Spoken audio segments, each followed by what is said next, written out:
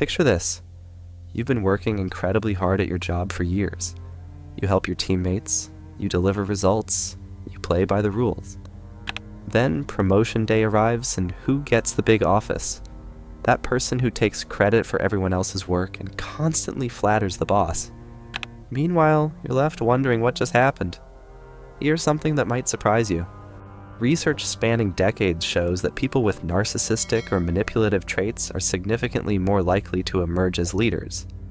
Studies have found that these individuals are perceived as more confident and charismatic, making them about 30% more likely to be chosen for leadership roles than their equally qualified peers. The very behaviors parents discourage in children, taking advantage of others, focusing only on themselves, bending the truth, are actually rewarding people in our professional world. Just look around. CEOs announcing mass layoffs while purchasing private jets, politicians rebounding from scandals stronger than before, celebrities behaving abominably yet commanding millions of followers. Welcome back to the channel. Today we're exploring one of life's most puzzling questions. Why do difficult people often seem to get ahead? We'll discover what a brilliant advisor named Niccolo Machiavelli figured out 500 years ago that many of us still struggle to accept. The uncomfortable truth about power, success, and human nature. By the end of this video, you might question everything you thought you knew about getting ahead. Or maybe, just maybe, you'll discover how to navigate this reality without compromising who you are. Imagine 16th century Italy. A brilliant political advisor named Niccolo Machiavelli sits in exile, thinking about why he's lost everything while corrupt leaders thrive. After being wrongfully punished and banished, he had seen firsthand how the game of power really worked. His conclusion? Success and traditional good behavior rarely go hand in hand. In his famous book, The Prince, Machiavelli wrote something revolutionary. How one lives is so far distant from how one ought to live, that he who neglects what is done for what ought to be done sooner learns to bring about his own ruin than his preservation. In simple terms, playing nice while everyone else plays dirty is the fastest way to lose. Think about your own experiences.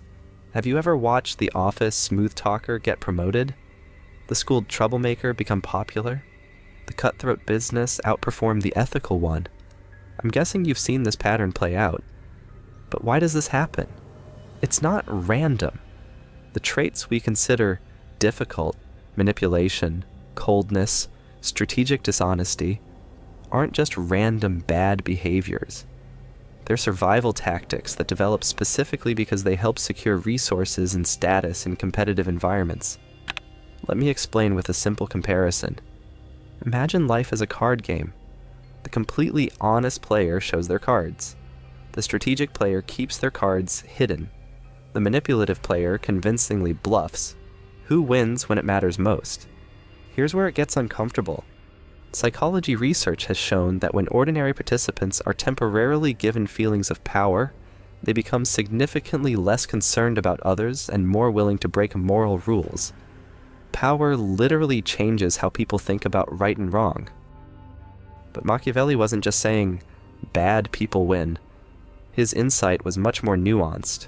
He argued that effective leaders need flexibility in their moral code, knowing when traditional good behavior serves their goals and when it doesn't.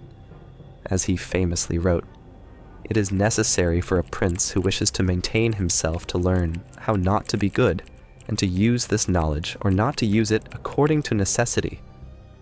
Notice he doesn't say being bad is better. He says knowing when not to be traditionally good is essential. This isn't mindless harshness, it's strategic flexibility. But here's my question to you. Is success worth it if you have to compromise who you are to get there? What price are you willing to pay for power? When researchers study the successful, difficult people phenomenon, they focus on 3 specific traits that often appear together. They call it the Dark Triad: narcissism, Machiavellianism, and psychopathy, or in everyday language, excessive self-importance, strategic manipulation, and emotional coldness. People with excessive self-importance believe they're special and deserve special treatment.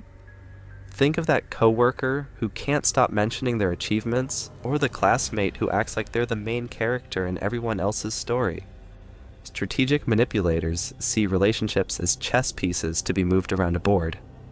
Remember that friend who always seems to know everyone's secrets but keeps their own life mysteriously private? Those with emotional coldness lack concern for others and act without regard for consequences. They're the ones who can let go of an entire department without losing sleep, or blame others without a second thought. Now here's the million-dollar question.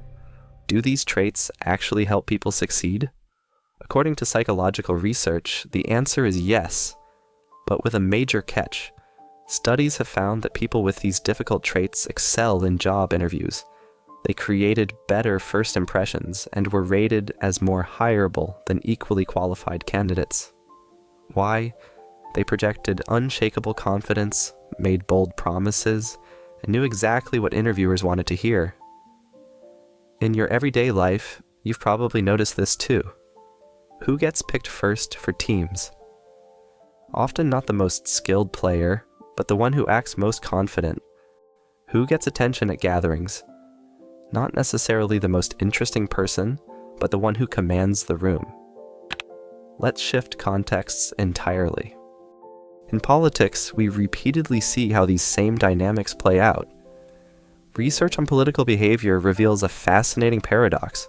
Voters often rate aggressive tactics like interrupting as negative in the moment, but still perceive candidates using them as strong leaders and more presidential in overall impressions. This disconnect between what we say we value and what actually influences our choices explains a great deal about modern political landscapes. The hard truth is this: the very capacity for moral concern that makes someone good can become a disadvantage in environments that reward quick, consequence-blind action. So here's my question for you. Are these traits actually wrong if they're rewarded by our systems? Or have we built a world that unfortunately encourages the worst in human nature?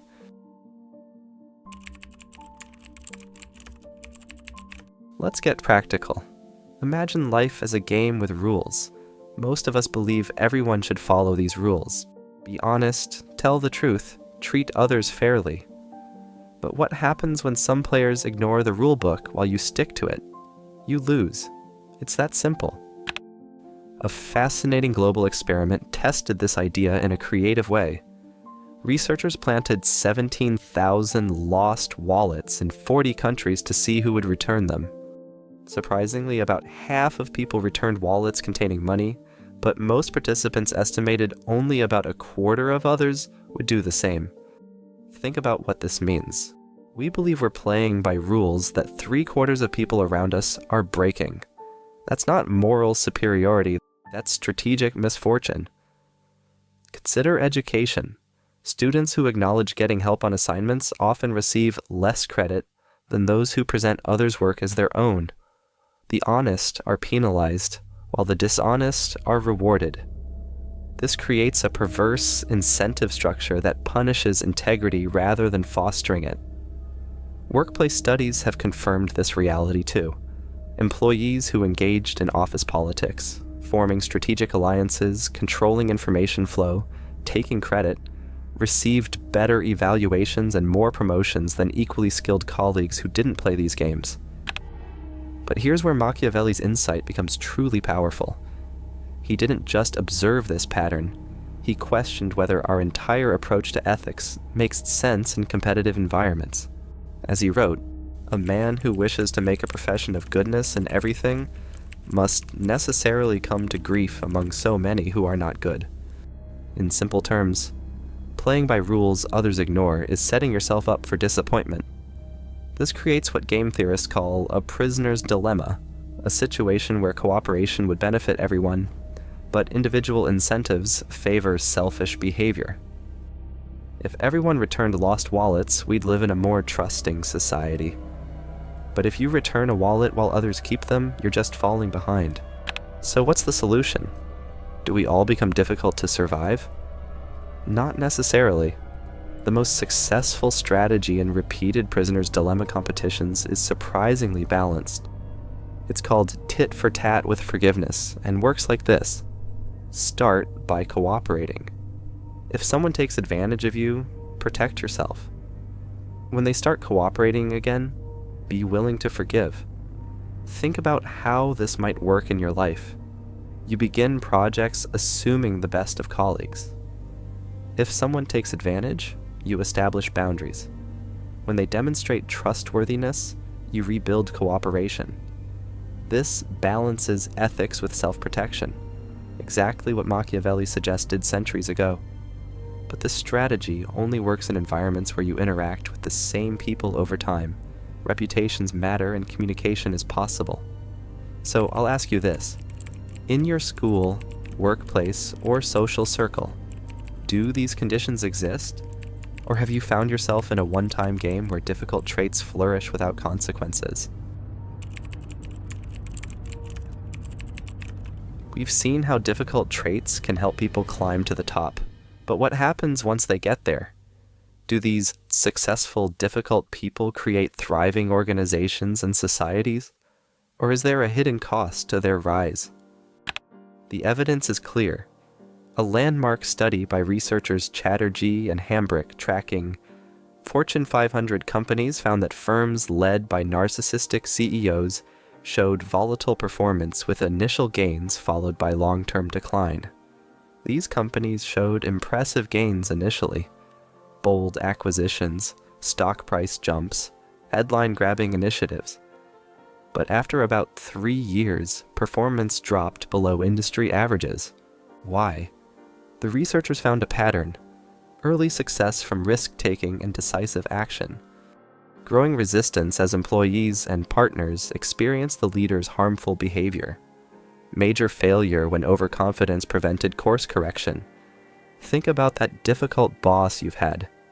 At first, their confidence might seem refreshing. 6 months later, you're updating your resume.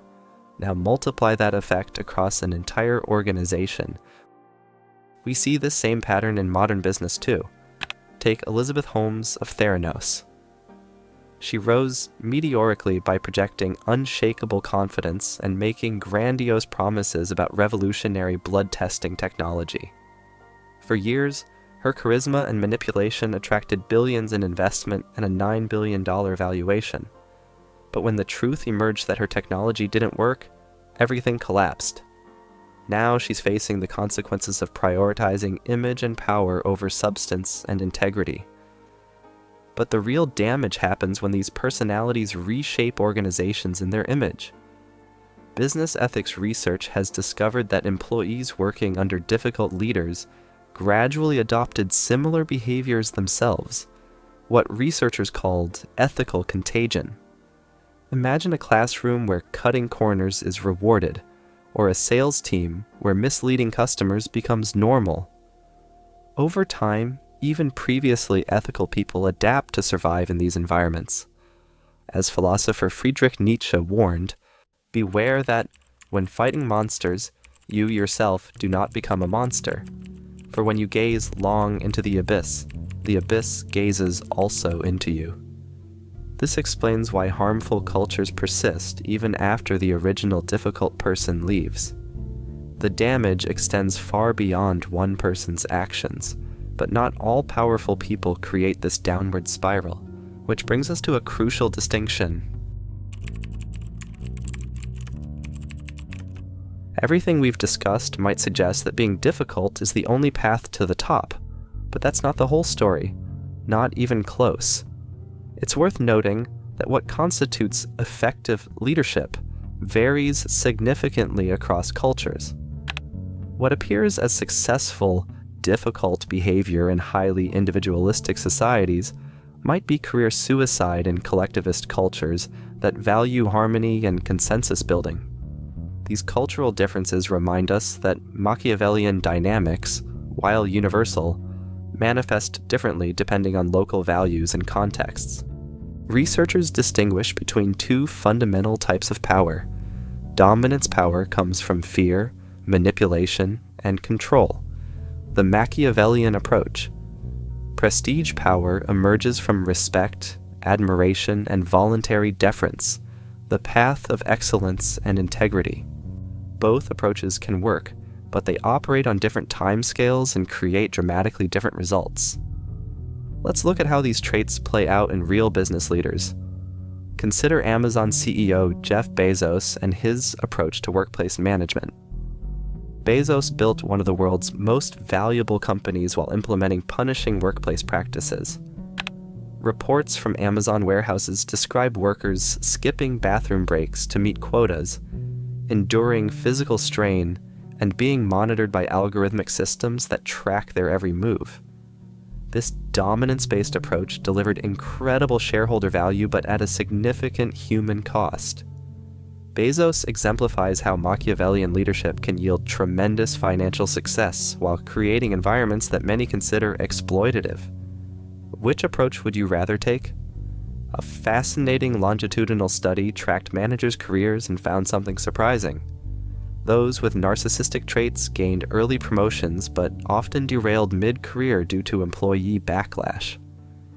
Meanwhile, leaders with emotional intelligence and integrity achieved slower but more stable success. Why? Because dominance power generates compliance but breeds resentment and resistance. Prestige power builds slower but creates loyalty and commitment. This distinction appears throughout nature. Leading primates who rule through aggression are eventually overthrown. Those who build coalitions and share resources maintain their position much longer. Ever wonder why some of the most successful people in history combined exceptional achievement with genuine concern for others? Think of Abraham Lincoln, or modern examples like Dolly Parton. Anthropologists Henrik and Gil White found that prestige-based leaders, those respected for competence and generosity, build more sustainable influence than dominance-driven ones. The most effective leaders aren't those who abandon virtue for results, but those who understand how to make virtue effective. As organizational researcher Adam Grant observes, the most effective leaders score high in both assertiveness and empathy. They're willing to push hard for their goals, but remain attentive to how their actions affect others. So I ask you, which form of power are you developing? Are you building dominance that might yield quick results but limited durability? Or are you cultivating the deeper prestige that creates lasting influence? Let's get practical. How do you navigate a world where difficult traits often seem rewarded without becoming what you dislike? Here are 3 straightforward strategies. First, recognize what's actually happening around you. Not understanding power dynamics doesn't make you virtuous, it makes you vulnerable. Think of it like defensive driving. You don't need to drive aggressively, but you should understand what aggressive drivers might do. Pay attention to how decisions really get made in your organization. Notice who influences the key people, and observe which behaviors get rewarded versus which get publicly praised. Remember, understanding isn't the same as approving. You can recognize the game without playing it the same way. Second, be strategically good rather than naively good. In team projects, start by being generous with your time and ideas. If someone takes advantage, don't just keep giving. Document your contributions, clarify expectations, and set clear boundaries. Here's a practical example. When a colleague repeatedly takes credit for your ideas in meetings, don't just silently seethe. Instead, try saying something like, "Thanks for bringing up the point I mentioned earlier. I'd love to expand on how we can implement it." This respectfully reclaims your contribution without creating conflict, and signals to others that you're aware of what's happening. The key is balancing your values with self-protection. As author Stephen Covey put it, you can be kind without being taken advantage of. Lastly, be selective about where you spend your time and energy. Some organizations actually reward ethical behavior through transparent feedback, focus on long-term results, and team-based incentives. Companies like Patagonia have built amazing success while maintaining strong values. Research the culture before joining any group. Find mentors who've succeeded with integrity, and be willing to leave environments that won't improve. Remember, you don't have to play every game you're invited to. We've covered a lot, but there's one final piece to consider. What if the issue isn't just how we play the game, but how we define winning in the first place? Machiavelli focused exclusively on gaining and keeping power, but is power alone really success? Research from the field of positive psychology consistently shows that once basic needs are met, additional power, status, and wealth add very little to happiness and life satisfaction. Far more important are meaningful relationships, purposeful work, and alignment between values and actions. Think about the truly happiest people you know. Are they the ones with the most impressive titles, the biggest houses, the most control over others? Or are they people who've built lives that reflect their deepest values? Decades of research in self-determination theory by psychologists Dazai and Ryan show that people prioritizing extrinsic goals like wealth and fame report lower well-being than those focused on intrinsic goals. This holds true even when the first group achieves their goals. This suggests a profound truth. Perhaps the ultimate response to Machiavelli isn't rejecting his insights about power dynamics, but expanding our definition of success beyond the limited game he described. As psychologist Viktor Frankl wrote, "Success, like happiness, cannot be pursued. It must ensue, as the unintended side effect of one's dedication to a cause greater than oneself." So here's my challenge to you. What game are you really playing? Are you chasing the kind of success that might elevate you temporarily at others' expense? Or building the kind that elevates everyone it touches, including yourself? The truly wise person doesn't just play the game skillfully, they choose the right game in the first place. We started with an uncomfortable truth. Difficult people often seem to succeed. We've discovered this isn't entirely false. Challenging traits do provide advantages in competitive environments, especially in the short term. But we've also seen that this success is frequently unstable, unsatisfying, and ultimately self-defeating. The Machiavellian approach works until it doesn't, and when it fails, it tends to fail dramatically. Recognize the actual game being played around you. Develop strategic goodness that balances values with self-protection. Carefully choose environments that reward integrity. Redefine success beyond power and status. Remember that human societies operate on different time frames. What works in the moment may harm the future. What appears effective in isolation may destroy the connections that make lasting achievement possible. Perhaps the most powerful response to the success of difficult people isn't to join them or judge them, but to create alternatives, to show through your life that lasting achievement is possible without compromising your values. The numbers back this up too. Gallup's Global Workplace Report found that teams led by unethical managers experience 43% higher turnover and 18% lower productivity than ethically led teams. The short-term gains of these challenging approaches simply don't outweigh their long-term costs. So the next time you face a moral choice in your career or life, ask yourself one simple question. Will this decision lift others up, or just myself? Because true success isn't just about rising, it's about bringing others with you.